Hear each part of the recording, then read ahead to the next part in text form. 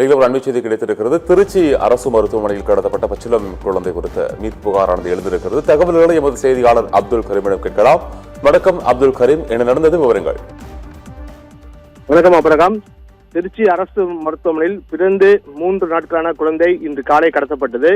இந்த சம்பவம் தமிழகம் முழுவதும் பெரும் பரபரப்பை ஏற்படுத்திய நிலையில் 7 மணி நேரத்துக்கு பிறகு மீட்கப்பட்டுள்ளது. அதாவது திருச்சி மாவட்டம் துறையூர் பகுதியை சேர்ந்த விக்னேஷ் என்பவர் மனைவி சுகன்யா. கர்ப்பிணியான சுகன்யா கடந்த 11ஆம் தேதி பிரசவத்திற்காக திருச்சி மகாத்மா காந்தி நினைவு அரசு மருத்துவமனையில் அனுமதிக்கப்பட்டார். அன்றைய தினமே அவருக்கு ஒரு ஆண் குழந்தை பிறந்துள்ளது. அவருக்கு உறுதுணையாக அவரது உறவினர் பிரேமா இருந்துள்ளார். இந்த நிலையில் அதே பிரிவில் சிகிச்சைக்காக வந்த பெண் ஒருவர் சுகன்யாவிற்கு அறிமுகமாகியுள்ளார். தன் பெயர் மீனாட்சி என கூறி சுகன்யாவிடம் பேசி வந்துள்ளார்.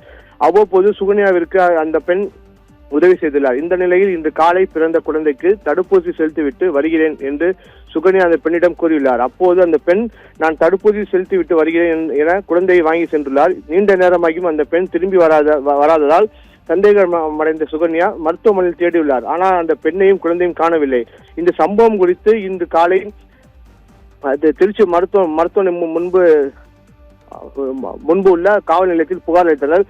இந்த புகாரின் பேரில் குழந்தை காணாமல் போனதா அரசு மருத்துவமனை காவல் நிலையத்தில் புகார் அளிக்கப்பட்டது. புகாரின் பேரில் மருத்துவமனையில் போலீசார் தீவிர சோதனை செய்து வந்தனர். மருத்துவமனையில் உள்ள சிசிடிவி காட்சிகளை ஆய்வு செய்தனர். அதன் பின்பு அந்த குழந்தையை பெண் தூக்கி சென்ற காட்சிகளும் பதிவாகி உள்ளதாக தெரிகிறது.